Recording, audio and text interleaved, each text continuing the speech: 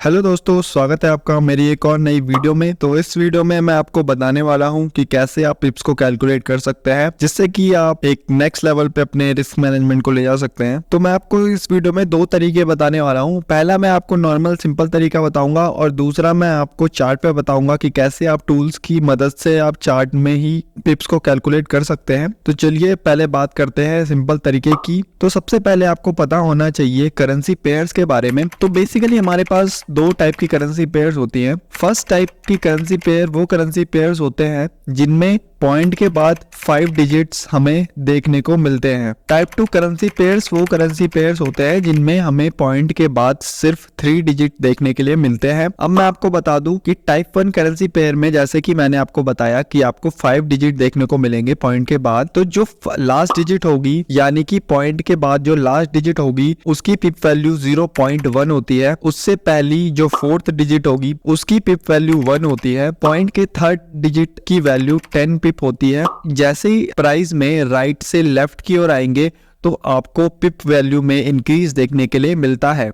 यानी कि जो हमारी पॉइंट के बाद सबसे लास्ट डिजिट होगी उसकी वैल्यू 0.1 पिप होगी। उससे पहले वाले डिजिट 1 पिप, उससे पहले 10 पिप, उससे पहले 100 और ऐसे ही हमारी राइट से लेफ्ट की ओर इंक्रीज होता चला जाएगा। अब मैं आपको एग्जांपल से समझाता हूँ। तो सबसे पहले आते हैं टाइप 1 करेंसी पेयर में। तो यहाँ पर आप देखते हैं एग्जांपल के लिए मैं यहाँ पर आपको यूएसडी कैड का एग्जांपल देता हूँ। तो यूएसडी कैड का प्राइस 1.3580 से इंक्रीज होता है 1.3581। तो आप देख पाएंगे कि यहाँ पर जो 4th डिजिट है उसमें 1 पॉइंट का इंक्रीज हुआ है, यानी कि वो 80 से 81 हो चुकी है। तो यहाँ पर हम कह सकते हैं कि इसमें एक पिप का मूवमेंट हुआ है। अगर यही वैल्यू 1.3580 से 1.3590 हो जाती है, यहाँ पर आप देखेंगे कि पॉइंट के बाद 3rd डिजिट में 1 पॉइंट का इंक्रीज हुआ है। तो यहाँ पर हम कह सकते हैं कि 10 पिप का मूवमेंट हुआ है। 1.3580 से जब प्राइस 1.3680 होता है, यानी कि पॉइंट के 2nd डिजिट में 1 पॉइंट का इंक्रीज हमें देखने के लिए मिलता है, तब हम यह कह सकते हैं कि प्राइस में 100 पिप्स का मूवमेंट हुआ है। यहाँ पर आप देखेंगे कि सिर्फ पॉइंट के बाद 4 डिजिट मैंने ली है। तो इसका सिंपल सा रीजन यह है कि जो 5th वाली डिजिट यानी कि लास्ट डिजिट होती है उसकी पिप वैल्यू 0.1 होती है और 4th डिजिट की 1 पिप वैल्यू होती है। तो जब हम पिप को कैलकुलेट करते हैं तो हम 1 पिप से स्टार्ट करते हैं, यानी कि हम सिर्फ 1 पिप की मूवमेंट को मिनिमम देखते हैं, इसलिए 4 डिजिट को हम लेते हैं मेनली। आप अगर चार्ट पे देखेंगे तो आपको 5 डिजिट मिलेगा, यानी कि जिन भी पेयर्स में पॉइंट के बाद 5 डिजिट आपको देखने के लिए मिलेगी वो टाइप 1 करेंसी पेयर में आएंगी, और जिन भी करेंसी पेयर में आपको पॉइंट के बाद 3 डिजिट देखने के लिए मिलती है वो आपकी टाइप 2 करेंसी पेयर में आती है। पॉइंट के बाद वाली जो लास्ट वाली डिजिट आपको देखने के लिए मिलेगी उसे हम काउंट नहीं करते, क्योंकि उसकी पिप वैल्यू 0.1 होती है, जो कि बहुत छोटी मूवमेंट होती है।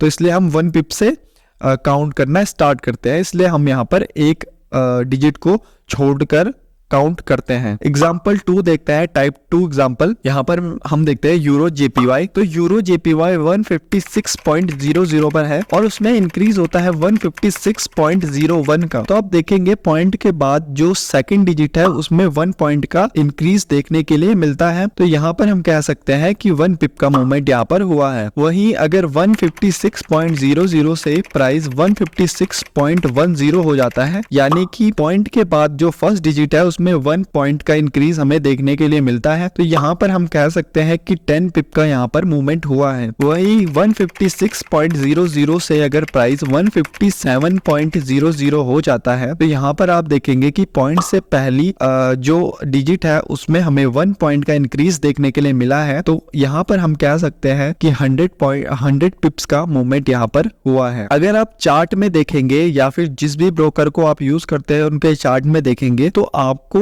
पॉइंट के बाद 3 डिजिट देखने के लिए मिलेगी, पर हम 3rd वाले डिजिट को काउंट नहीं करते हैं, जिसका रीजन मैंने आपको बता दिया है कि उसकी पिप वैल्यू 0.01 होती है और हम नॉर्मली 1 पिप से काउंट करना स्टार्ट करते हैं, इसलिए हम उसको यहाँ पर काउंट नहीं करते हैं। अब हम बात करते हैं गोल्ड में कैसे आप पिप्स को काउंट कर सकते हैं। तो गोल्ड में $1 मूवमेंट होने पर 10 पिप का मूव हमें देखने के लिए मिलता है और $100 मूवमेंट आने पर 100 पिप्स का मूव हमें देखने के लिए मिलता है। यानी कि अगर प्राइस 2580.00 से 2580.10 होता है तो हमें 10 पिप्स का मूवमेंट देखने के लिए मिलता है, और वहीं अगर प्राइस 2580.00 से 2581.00 हो जाता है तो हमें 100 पिप्स का मूवमेंट देखने के लिए मिलता है। गोल्ड को हम टाइप 2 करेंसी पेयर में काउंट करेंगे, इसलिए आप इसमें टाइप 2 करेंसी पेयर के जैसा ही पिप्स को कैलकुलेट करेंगे। अब मैं आपको बता देता हूं कि कैसे आप चार्ट में सिंपली पिप्स को कैलकुलेट कर सकते हैं। तो चलिए चार्ट में मैं आपको दिखाता हूं। तो सबसे पहला एग्जांपल, जैसे कि मैंने आपको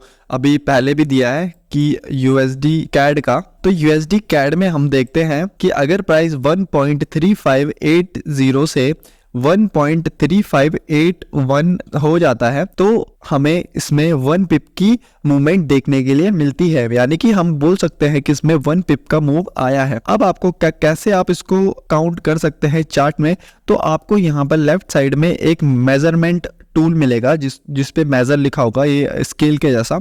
इस पे आपको क्लिक करना है और जिस भी पॉइंट से आपको मेजर करना है वहां से आपको उसको मूव करना है जहां तक आपको मेजर करना है। अब आप यहाँ पर देख पाएंगे कि यहाँ पर आपको दिखेगा परसेंटेज वाइज 0.01% और उसके आगे आपको वैल्यू दिखेगी। तो ये जो 1.0 है ये आपकी पिप वैल्यू है। तो यहाँ पर 1 पिप का मूवमेंट हुआ है। इसी तरीके से 1.3580 से अगर प्राइस 1.3590 होता है तो जैसे कि पहले भी हमें पता है कि ये 10 पिप्स की मूवमेंट है, जो कि नॉर्मल तरीके से हमने देखा था। अब हम मेजरमेंट टूल से देखते हैं, तो यहाँ पर देखेंगे कि मेजरमेंट टूल से आपको यहाँ पर दिखेगा कि 10 पिप की मूवमेंट यहाँ पर हुई है। तो ऐसे आप सिंपल तरीके से पिप्स को कैलकुलेट कर सकते हैं मेजरमेंट टूल की मदद से। तो आपको सिंपल यहाँ पे मेजरमेंट टूल पे जाना है और आपको जितना भी आपको कैलकुलेट करना है, जैसे कि मुझे ये स्विंग कैलकुलेट करना है कि ये कितने पिप की मूवमेंट है, तो मैं यहाँ इसके टॉप से और डाउन में मेजरमेंट टूल को लगाऊंगा और यहाँ पर मुझे दिखेगा कि -18 पॉइंट यहाँ पर मूवमेंट आई है। जो ये डाउनफॉल है ये -18.4 पॉइंट का यहाँ पिप्स का आया है। तो ये थी आज की वीडियो। इसमें मैंने आपको 2 सिंपल तरीके बताए हैं। इससे और भी तरीके होते हैं पिप्स को कैलकुलेट करने के, बट ये सबसे आसान तरीके हैं जिससे आप पिप्स को कैलकुलेट कर सकते हैं। आपको बस ध्यान ये रखना है कि आपको पिप्स कैलकुलेट करने में सबसे लास्ट वाली डिजिट, पॉइंट की जो सबसे लास्ट वाली डिजिट होगी उसको आपको छोड़ना है, क्योंकि उसकी पिप वैल्यू 0.1 है, इसलिए आपको वो छोड़नी होती है। आपको 1 पिप से कैलकुलेट करना है तो आपको पॉइंट के बाद 4th डिजिट से आपको स्टार्ट करना है काउंट करना। जैसे कि यहाँ पर भी आप देख सकते हैं यूएसडी कैड में आपको चार्ट में 5 डिजिट देखने के लिए मिलते हैं, बट हम पिप्स को कैलकुलेट करने के लिए सिर्फ 4 डिजिट ही देखेंगे, इसलिए हम लास्ट वाले डिजिट को छोड़ देंगे। तो ये थी आज की वीडियो। उम्मीद है आपको वीडियो पसंद आई होगी और आपको समझ में आया होगा कि कैसे आप पिप्स को कैलकुलेट कर सकते हैं आसान तरीके से। तो अगर वीडियो आपको पसंद आई हो तो आप कमेंट में जरूर बताइएगा और वीडियो को लाइक कीजिए, चैनल को सब्सक्राइब कीजिए। मिलता हूं मैं आपसे नेक्स्ट वीडियो में, तब तक के लिए thank you so much for watching. Bye bye.